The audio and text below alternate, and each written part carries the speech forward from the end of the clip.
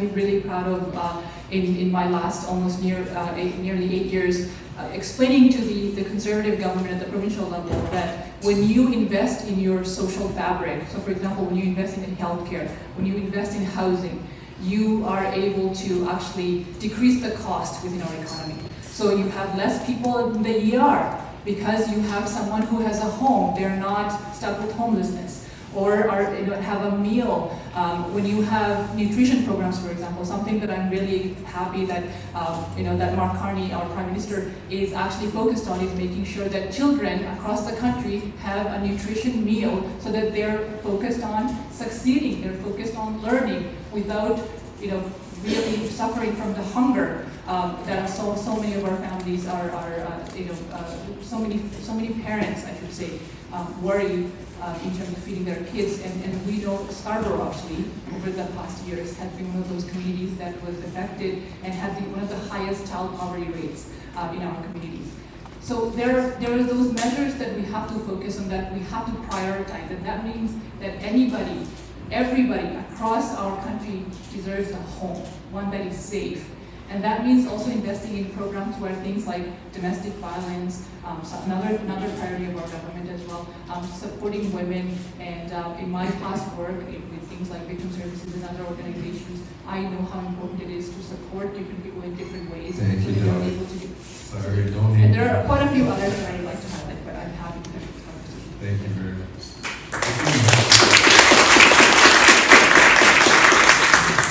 I'm sat here a little bit confused because everything my counterpart just mentioned are really progressive NDP policies, right? And I'm sure that Doly wants those things to happen, but unfortunately, Mark Carney is headed in a different direction.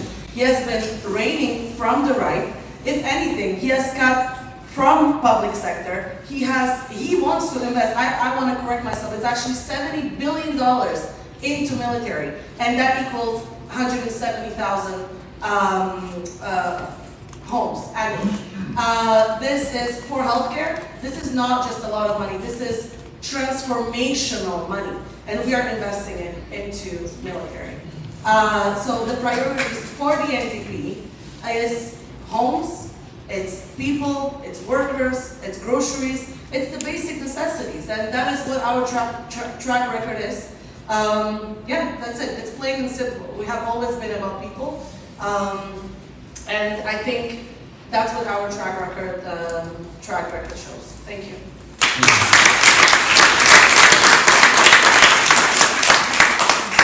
It's a very interesting time to be living in. I think we've been living in unprecedented times since 2020. They've never stopped. So I will start with what I will deprioritize, and that is oil and gas subsidies. We've given about $30 billion in subsidies to oil and gas. And that's money that actually could go back into people's pockets. Right now, because of the war in Iran, or rather it's war on Iran, our oil and gas companies are slated to earn $90 billion in windfall profits, which is money they actually didn't really earn because it's based on oil prices going up. And we need to be taxing that so that that can go back to our people. At the moment, those companies, 73% of them are owned by foreign investors, mostly the Americans. So that's money going to them. That's money that should be coming to us. Every time we're asked, oh, we don't have the money, we have the money. That's where the money comes from. That goes into our healthcare, that goes into our housing, that goes into our groceries. Those are my priorities. I knock on doors and I hear people's concerns because people tell me these things every day, and I live here, experience these things. And one of the concerns for people in this community is safety. And I think that we see that we need to invest more in youth having good jobs, being able to access programs. Opportunity and safety are connected, and we are seeing that people are really suffering. They're trying to make ends meet. I think I forgot to mention all this time that the government, Mark Carney, wants to invest from 2% to 5% of our GDP. That is, if I remember correctly, about $170 billion. That's a lot of money. That's a lot of housing units. That's a lot of investment that we could do in healthcare. So people like my mom don't have to wait for chemo when it comes to time-sensitive issues. So I said, the NDP says, build more housing by Canadian workers that will create jobs. Invest in healthcare so that we can, that will also create jobs. By investing in Canadian economy, we are creating decent jobs for people. Thank you.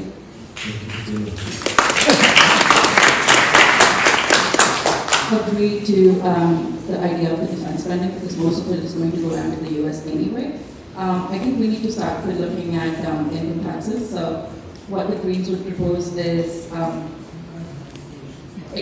expanding the personal basic income to $40,000 instead of what we have right now, and re-taxing anything above that, which helps people make their money work for them.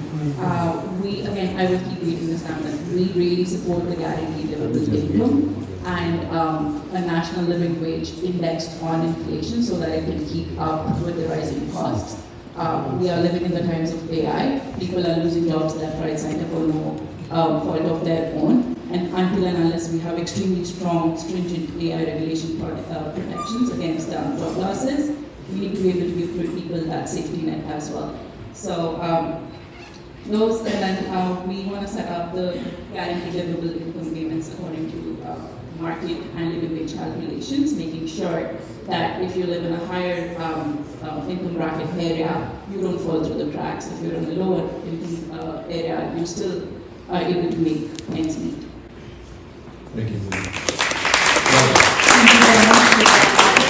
This is one of the things that actually supporting workers has been the core of my work and how I got into politics. I've spent years alongside union members, workers, fighting for fair wages, safety, PPEs during the pandemic, respect on the job, a lot of issues with WSIB, things at the provincial level I fought for and I hope to do at the federal level. And I believe that the federal government can play a key role in reinforcing those protections as well as the measures. Recently, I actually met with SEIU workers, healthcare workers who came to my campaign office to share how they feel and for us to work together to make sure that our healthcare workers are protected and have a decent wage as well. So there are a few things that I'm looking forward to working with the government and things I've fought for in the past that I hope will improve on. Personal support workers tax credit, for example, $1,100 refundable tax credit, which benefits over 200,000 care workers across the country. I want to emphasize childcare again because childcare is at the core of our workforce because we have more than 50% of our workforce who are women, and if we make sure that especially women who are able to, they can thrive in those workspaces. Also making sure that we are building our economy for our students. That means our next generation are able to do get an education, and one of the things I'm really proud of is the Canada Student Financial Assistance Grant loan that you just heard the announcement about, which will allow for students maintaining 40% increase. Thank you very much. And small businesses as well. We cannot forget the backbone of our economy.